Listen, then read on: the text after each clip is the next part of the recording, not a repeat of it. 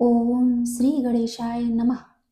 आप सभी का आपके अपने चैनल अनादि धारा में बहुत बहुत स्वागत है। आप सभी का दिन शुभ और मंगलमय हो और भगवान गणेश जी की कृपा सदा आप पर बनी रहे। आज आप सुनेंगे पौष मास महात्म्य का अध्याय 20। इससे पहले के अध्याय में आपने जाना था कि भगवान गणेश जी की बारात एक जगह पर ठहर गई थी, क्योंकि भगवान गणेश जी ऐसा चाहते थे कि श्री हरि जब तक मुक्त न हो जाएं, तब तक यह विवाह संपन्न नहीं हो सकता। जिस जगह पर भगवान गणेश जी की बारात ठहरी थी, उससे 1 योजन दूर ही उग्रसेन नामक दैत्य की राजधानी गंडकी नगर था। इसके बाद गणेश जी ने उग्रसेन के पास नंदी को दूत रूप में भेजा, और जब नंदी उग्रसेन के महल में पहुंचे और द्वारपाल को सूचना दी, तो इसके बाद जो हुआ अब सुनिए।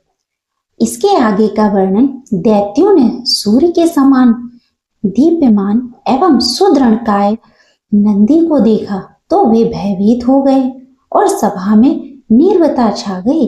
दैत्यराज को संकेत मिलने पर नंदी उसे अभिवादन कर आसन पर बैठ गए। फिर उन्होंने कहा कि दैत्यराज, मैं अनेक राज्य सभाओं में जा चुका हूँ और सर्वत्र ही आगत व्यक्ति का सम्मान करने की नीति देखी, किंतु तुम लोग तो अत्यंत बलवान, सुंदर और ऐश्वर्य संपन्न होते हुए भी भेड़िए के समान बुद्धि रखते हो। इसलिए किसी बुद्धिमान मनुष्य का आदर सत्कार करना भी नहीं जानते। यह धर्म केवल राजा का ही नहीं, अमात्य आदि वर्ग एवं प्रजा वर्ग का भी है।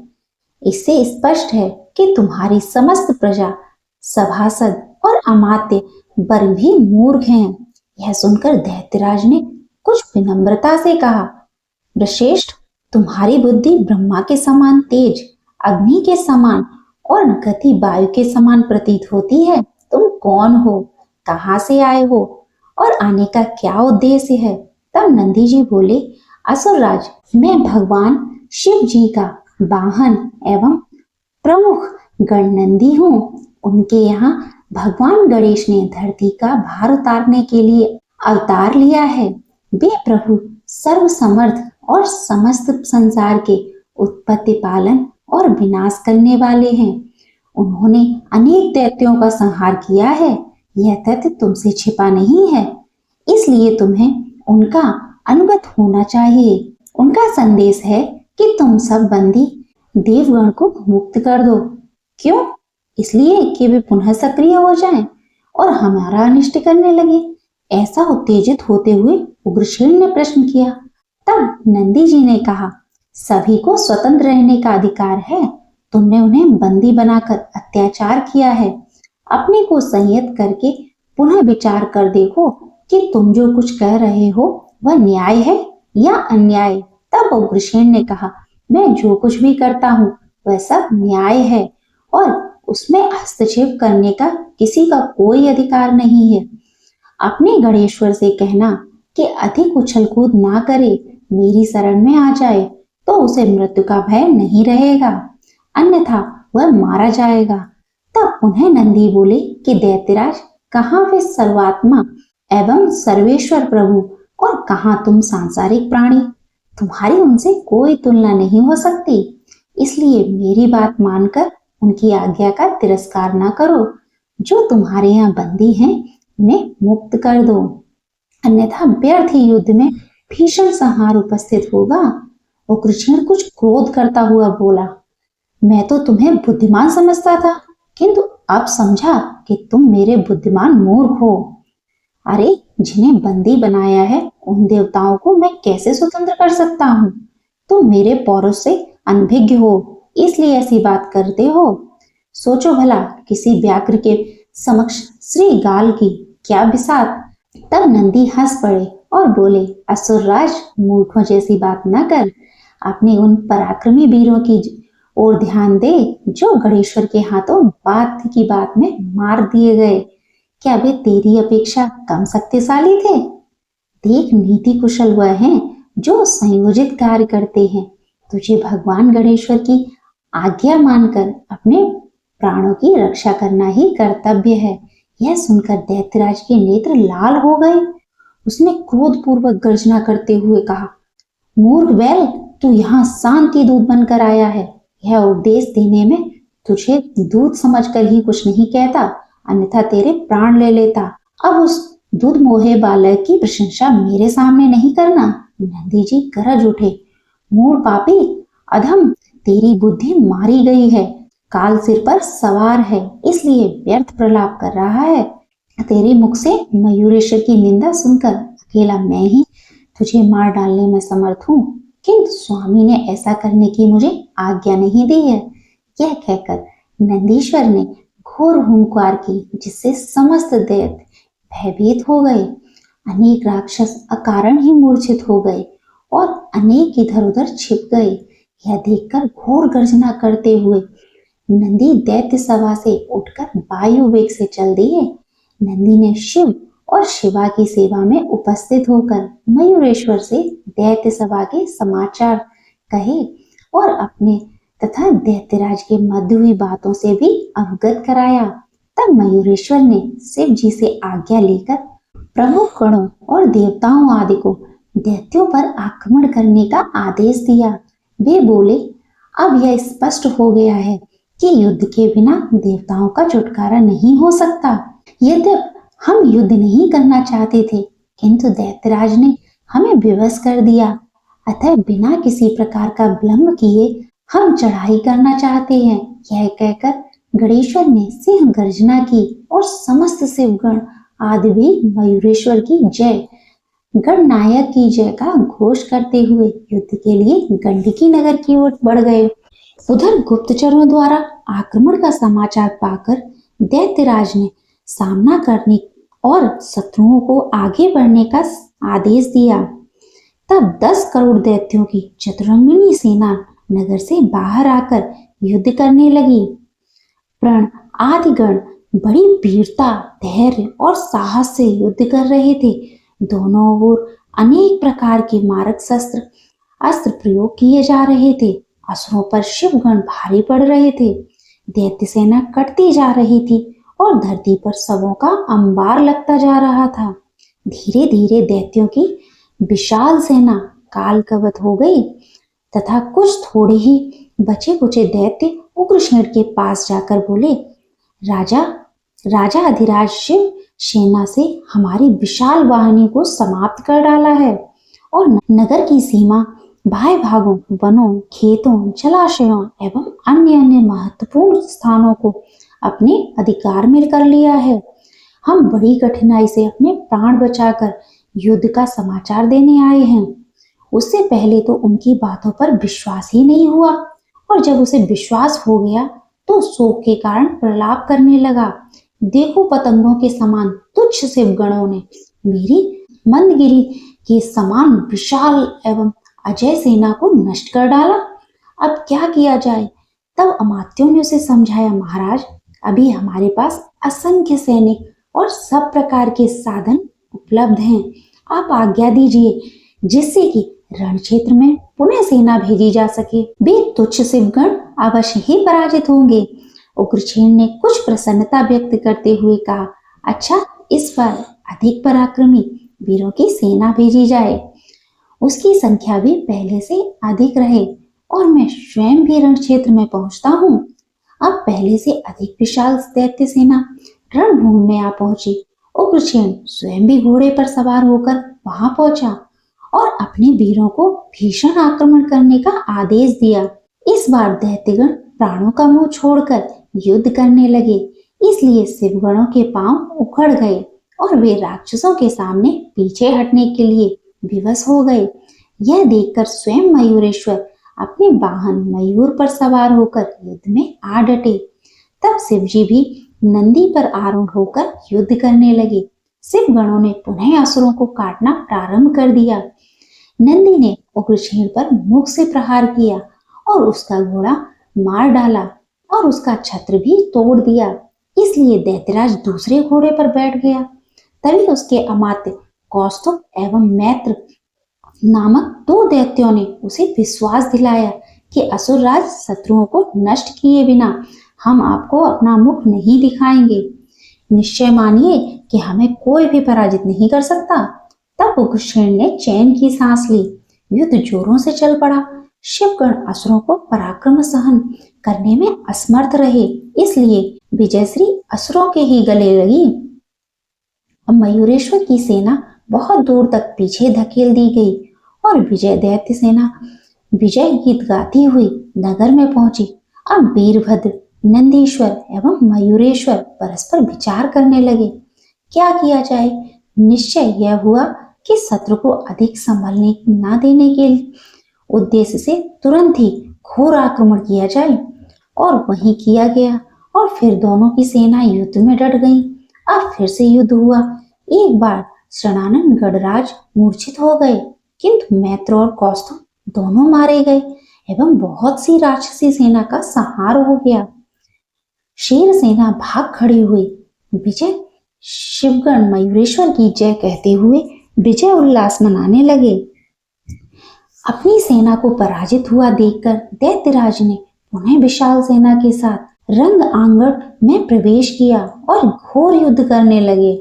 उसके साथ अमर्ष्य आदि 7 महारथी भी आए थे, जिन्होंने अलग अलग 7 व्यूहों की रचना की। यह देखकर गणेश्वर स्वयं मयूर पर सवार हुए और नंदी, पुष्पदंत आदि वीरों के साथ उन व्यूहों को तोड़ने लगे। 10 लाख वीरों के साथ भूतनाथ शिव एवं विकट नामक वीर थे। वीरभद्र और षडानन के साथ भी असंख्य सैनिक थे। अति गतिवान, साहसी एवं विजय की इच्छा वाले अत्यंत दुरादर्श वीरों की सुरक्षित सेना 5 सहस्त्र थी। इस प्रकार मयूरेश्वर पक्ष में भी विशाल बाहिनी थी, जिनके साथ फिर इधर भी बनाए गए थे। इस दिन बड़ा विकट संग्राम हुआ। शिव पक्ष के वीरों ने अपने प्राणों की बाजी लगा दी, जिसके फलस्वरूप 7 दैत्य महारथी मारे गए। असुरों की ओर पराजय से संतप्त हुआ उग्रसेन भागकर अपनी राजधानी को जा पहुंचा। उग्रसेन अपनी बार बार की पराजय से बहुत दुखी हो रहा था। उसने सोचा, मेरे वीर सैनिक सदैव देवताओं को दबाए रखने में और मारने में समर्थ थे, वे आज भुनगों और मच्छरों के समान मारे गए। यह विपरीत बात कैसे देखने सुनने को मिली है। अब देखो शिव गणों की मदद और उत्साह कैसे बढ़ गया है। जैसे भी हो उनको बस में करना होगा। अमात्यों से परामर्श लिया तो उन्होंने उसे धीरज रखने की बात कहकर आश्वस्त किया और पुनः विशाल सेना के साथ युद्ध में जाने का प्रोत्साहन देते हुए बोले, राजा अधिराज, आप चिंतित ना हो। जब तक श्वास तब तक आस, इस सिद्धांत को ध्यान में रखते हुए ही कार्य करें। आपकी विजय निश्चित है। तब उग्रसेन ने इस बार और भी अधिक तैयारी की और पुनः विशाल सेना के सहित युद्ध क्षेत्र में जा पहुंचा। उसने जाते ही 30 बाणों की वर्षा आरंभ कर दी और सोचा, समस्त विग्रह की जड़ यही बालक है। इसका वध होते ही शिवगण आदि पराजित हो जाएंगे, फिर कोई भी युद्ध करने का साहस नहीं करेगा। इसलिए सर्वप्रथम इसी को समाप्त करना चाहिए। ऐसा विचार कर उग्रसेन विनायक की ओर क्रोधपूर्वक बढ़ा। उसकी गर्जना का उत्तर गर्जना से मिला तो उसने भयंकर बाण वर्षा आरंभ की। मयूरेश्वर ने उसके सभी बाणों को काट डाला और अपने बाणों से उसे पीड़ित करने लगे। तब दैत्यराज ने भगवान भास्कर का स्मरण किया और सूर्यप्रद दिव्य अस्त्र को धनुष पर चढ़ाकर मयूरेश्वर पर छोड़ दिया, किंतु गणेश्वर के पशु प्रहार से उसके हजारों टुकड़े हो गए। उसके हाथ के भी सैकड़ों खंड हुए और धनुष धरती पर जा गिरा। अब उसके चक्र चलाया और वह भी गणेश्वर द्वारा प्रक्षेपित सूल से टकराकर दैत्यराज के ही मस्तक पर जा गिरा। इससे उसके कानों सहित कुंडल अलग हो गए तथा वह सूल, कान, कुंडल और मुकुट के सहित गणेश्वर के पास लौट आया। उग्रसेन को सूल के साथ इस प्रभाव पर बड़ा आश्चर्य हुआ और भयभीत एवं आशंकित होने लगा। उसने क्रोध करते हुए कहा, मूर्ख, तू इस सामान्य कार को दुस्तर समझता है। तूने मेरे कान काटे हैं तो मैं तेरी नाक काट डालूंगा। ले देख मेरा पराक्रम। यह कहकर वह खड़ग तान कर मयूरेश्वर पर झपटा, किंतु जब उसे सर्वत्र मयूरेश्वर ही मयूरेश्वर दिखाई देने लगे, सब ओर असंख्य मयूरेश्वर अट्टहास कर रहे थे। उसका साहस टूट गया और पलायन के विचार से अपने दुर्ग में लौटने को उसने विचार किया, किंतु उस ओर भी बहुत से मयूरेश्वर अट्टहास करते हुए प्रतीत हुए।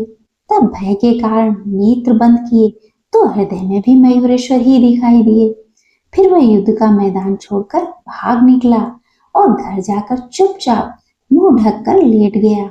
यह देखकर उसकी महासुंदरी पत्नी ने कोमल वाणी में पूछा, प्राणनाथ, आज आप ऐसे चिंतित और मलान मुख में क्यों हो?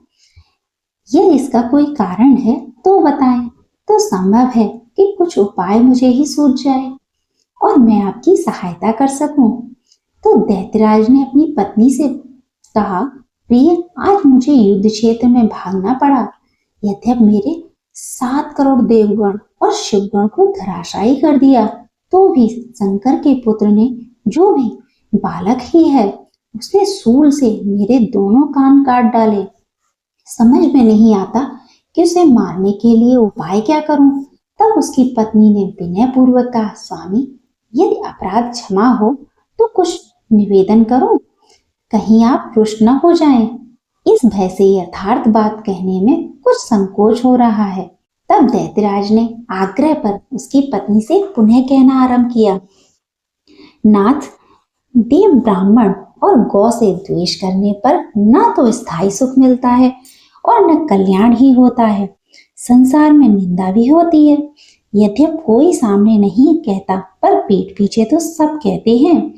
मेरे मत में उनकी सदैव पूजा और वंदनीय होते हैं। अशुभ कर्मों का फल शुभ नहीं मिलता।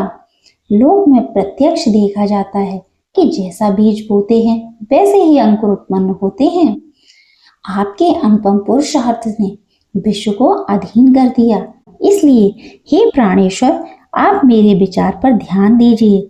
सभी देवताओं को मुक्त करके जगदीश्वर गणराज की शरण लीजिए। वे प्रभु आपको अवश्य क्षमा कर देंगे। यदि आप मेरा निवेदन को नहीं मानेंगे तो निर्विघ्न सुख से निश्चिंत ही वंचित हो जाएंगे। आपको हट छोड़कर सुखपूर्वक पुरुषार्थ की सिद्धि करना ही श्रेष्ठ कर होगा। अब अपनी पत्नी के वचन उसे विषयुक्त तीर के समान प्रतीत हुए और वह लाल नेत्रों से उसकी ओर देखता हुआ बोला, मैं तो तुम्हें बहुत चतुर समझता था प्रिय, किंतु तुमने तो मुझे वीर कर्म से विमुख करने और उत्साह भंग करने वाली बात कह दी। तुम्हारे वचन मानकर तो मुझे सर्वत्र अपयश ही प्राप्त होगा। शत्रु कितना भी प्रबल क्यों ना हो, लेकिन उसकी प्रशंसा नहीं करनी चाहिए। अथवा संग्राम छोड़कर आत्मसमर्पण करना तो अत्यंत ही निंदनीय कर्म है। इससे तो मर जाना ही अच्छा है। क्या तुम नहीं जानती कि वीरों का कर्तव्य युद्ध है, क्योंकि युद्ध में जीतने से तीनों लोगों की ख्याति, सम्मान और ऐश्वर्य प्राप्त होता है। युद्ध में मरने से स्वर्ग मिलेगा। यदि मैं युद्ध से घबराकर शत्रु की शरण लूंगा तो मरने के बाद मुझे पूर्वजों सहित नरक की प्राप्ति होगी। फिर एक रहस्य की बात तुम्हें और बताता हूँ। मैं जगत गुरु देवाधिदेव गणेश्वर को भली प्रकार से जानता हूँ। उनका अवतार मुझे मोक्ष प्रदान करने के लिए हुआ है, जैसे लंकेश्वर रावण को मुक्त करने के लिए श्री राम का अवतार हुआ था। किंतु यह सब जानते हुए भी मैं काल को तुच्छ मानता हूँ। संसार में मेरे समान कोई भी योद्धा नहीं है, इसलिए युद्ध के मैदान में गणेश्वर का सिर अवश्य काटूंगा, फिर चाहे कुछ भी क्यों ना हो। इसके आगे जो कुछ भी हुआ उसका वर्णन आप अगले अध्याय में सुनेंगे। आइए अब आपको सुनाते हैं एक बहुत ही सुंदर कथा। किसी जंगल में एक संत महात्मा रहते थे। सन्यासियों वाली वेशभूषा थी और बातों में सदाचार का भाव था। चेहरे पर इतना तेज था कि कोई भी इंसान उनसे प्रभावित हुए बिना रह नहीं पाता था। एक बार जंगल में शहर का एक व्यक्ति आया और वह जब महाराज की झोपड़ी से होकर गुजर रहा था तो उसने देखा बहुत से लोग महात्मा जी के दर्शन करने के लिए आए हुए थे। वह महात्मा जी के पास गया और महात्मा जी से बोला कि आप अमीर भी नहीं हैं, आपने कोई महंगे कपड़े भी नहीं पहने, आपको देखकर मैं तो बिल्कुल भी प्रभावित नहीं हुआ हूँ। फिर यह इतने सारे लोग आपके दर्शन क्यों कर रहे हैं? महात्मा जी ने उस व्यक्ति को अपनी एक अंगूठी उतार कर दे दी और कहा कि आप उसे बाजार में बेच कर आए और इसके बदले एक सोने की माला लेकर आना। अब वह व्यक्ति बाजार गया, सबकी दुकान पर जाकर उस अंगूठी के बदले सोने की माला मांगने लगा। लेकिन सोने की माला तो क्या, उस अंगूठी के बदले कोई पीतल का एक टुकड़ा भी देने को तैयार नहीं हुआ। थक हार कर वह व्यक्ति वापस महात्मा जी के पास जा पहुंचा और महात्मा जी से बोला कि इस अंगूठी की तो कोई कीमत भी नहीं है। महात्मा जी मुस्कुराए और बोले कि आप इस अंगूठी को पीछे वाली एक गली में सुनार की दुकान पर ले जाओ। व्यक्ति जब सुनार की दुकान पर गया तो सुनार ने एक माला नहीं बल्कि 5 माला अंगूठी के बदले देने को कहा। यह सुनकर व्यक्ति बड़ा ही हैरान हो गया कि इस मामूली सी अंगूठी के बदले कोई पीतल की माला देने को भी तैयार नहीं था। लेकिन यह सुनार कैसे 5 सोने की माला दे रहा है? क्योंकि वापस महात्मा जी के पास गया, उनको सारी बात बताई। फिर महात्मा जी बोले कि चीजें जैसे ऊपर से दिखती हैं अंदर से वैसी नहीं होती। यह कोई मामूली अंगूठी नहीं है बल्कि यह एक हीरे की अंगूठी है जिसकी पहचान केवल एक जहरी ही कर सकता था। इसलिए वह 5 माला देने को तैयार हो गया। ठीक वैसे ही मेरी वेशभूषा को देखकर तुम मुझसे प्रभावित नहीं हुए, लेकिन ज्ञान का प्रकाश लोगों को मेरी ओर खींच लेता है। तब व्यक्ति महात्मा जी की बातें सुनकर बड़ा ही शर्मिंदा हुआ। प्रिय भक्तजनों, कपड़ों से व्यक्ति की पहचान नहीं होती बल्कि आचरण और ज्ञान से व्यक्ति की पहचान होती है। हरे कृष्ण। उम्मीद करती हूँ यह छोटी सी कहानी आपको पसंद आई होगी। प्रिय भक्तजनों, आइए अब सुनिए श्रीमद् भागवत गीता का अध्याय 15। भगवान श्री कृष्ण ने अर्जुन से कहा कि अश्वत्थ वृक्ष है जिसकी जड़ें तो ऊपर की ओर हैं और शाखाएं नीचे की ओर तथा पत्तियां वैदिक स्रोत हैं। जो इस वृक्ष को जानता है वह वेदों का ज्ञाता है। इस वृक्ष की शाखाएं ऊपर तथा नीचे फैली हुई हैं और प्रकृति के तीनों गुणों द्वारा पोषित हैं। इसकी टहनियां इंद्रिय विषय हैं। इस वृक्ष की जड़ें नीचे की ओर भी जाती हैं जो मानव समाज के सकाम कर्मों से बंधी हुई हैं। इस वृक्ष के वास्तविक स्वरूप का अनुभव इस जगत में नहीं किया जा सकता। कोई नहीं समझ सकता कि इसका आदि कहाँ है, अंत कहाँ है और इसका आधार कहाँ है। लेकिन मनुष्य को चाहिए कि इस दृढ़ मूल वाले वृक्ष को विरक्ति के शस्त्र से काट गिराए। इसके बाद उसे ऐसे स्थान की खोज करनी चाहिए जहाँ जाकर लौटना ना पड़े और जहाँ उस भगवान की शरण ग्रहण कर ली जाए जिससे अनादिकाल से प्रत्येक का सूत्रपात तथा विस्तार होता जाए। झूठी प्रतिष्ठा, मोह तथा कुसंगत से मुक्ति है जो शाश्वत तत्व को समझते हैं, जिन्होंने भौतिक काम को नष्ट कर दिया है, जो सुख तथा दुख के द्वंद से मुक्त हैं, जो मोह रहित होकर परम पुरुषार्थ के शरणागत होना चाहते हैं, भी उस शाश्वत राज्य को प्राप्त होते हैं। वह मेरा परम धाम न तो सूर्य या चंद्रमा के द्वारा प्रकाशित होता है और न अग्नि या बिजली से। जो लोग वहां पहुंच जाते हैं वे इस भौतिक जगत से फिर से लौटकर नहीं आते। इस बद्ध जगत में सारे जीव मेरे शाश्वत अंश हैं।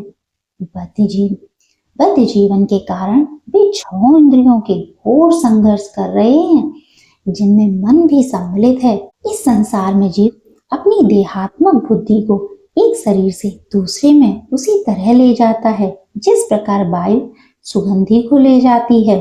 इस प्रकार वह एक शरीर धारण करता है और फिर उसे त्याग कर दूसरा शरीर धारण करता है। इस प्रकार दूसरा स्थूल शरीर धारण करके जीव विशेष प्रकार का कान, आंख, जीभ, नाक तथा स्पर्श इंद्रिय प्राप्त करता है। जो मन के चारों ओर समुचित हैं।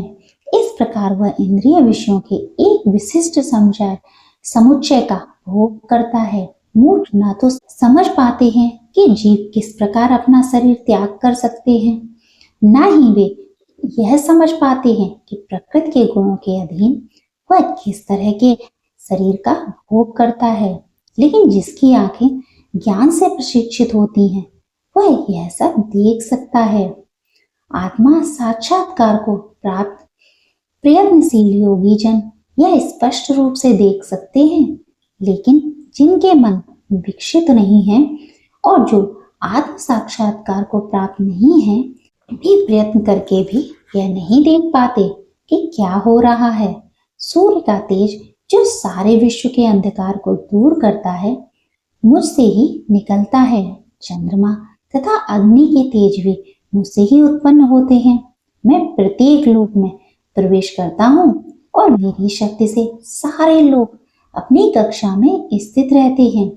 मैं चंद्रमा बनकर समस्त वनस्पतियों को जीवन रस प्रदान करता हूँ। मैं समस्त जीवों के शरीरों में पाचन अग्नि हूँ और मैं श्वास प्रवास में रहकर 4 प्रकार के अन्नों को पचाता हूँ। मैं प्रत्येक जीव के हृदय में आसीन हूँ और मुझसे ही स्मृति, ज्ञान तथा विस्मृति होती है। मैं ही वेदों के द्वारा जानने योग्य हूँ। निसंदेह मैं वेदांत का संकलन करता तथा समस्त वेदों का जानने वाला हूँ। जीव 2 प्रकार के हैं, चर तथा चत तथा अच्युत। भौतिक जगत में प्रत्येक जीव चत अर्थात क्षर होता है और आध्यात्मिक जगत में प्रत्येक जीव अच्युत्य कहलाता है। इन दोनों के अलावा एक परम पुरुष परमात्मा है जो साक्षात अविनाशी है और जो तीनों लोकों में प्रवेश करके उनका पालन कर रहा है। क्योंकि मैं क्षर तथा अक्षर दोनों के परे हूँ और क्योंकि मैं सर्वश्रेष्ठ हूँ, इसलिए मैं इस जगत में तथा वेदों में परम पुरुष के रूप में विख्यात हूँ। जो कोई भी मुझे संशय रहित होकर पुरुषोत्तम भगवान के रूप में जानता है, वह सब कुछ जानता है। इसलिए हे भरत पुत्र, वह व्यक्ति मेरी पूर्ण भक्ति में रत रहता है। हे अनग, यह वैदिक शास्त्रों का सर्वाधिक गुप्त अंश है जिसे मैंने अब प्रकट किया है।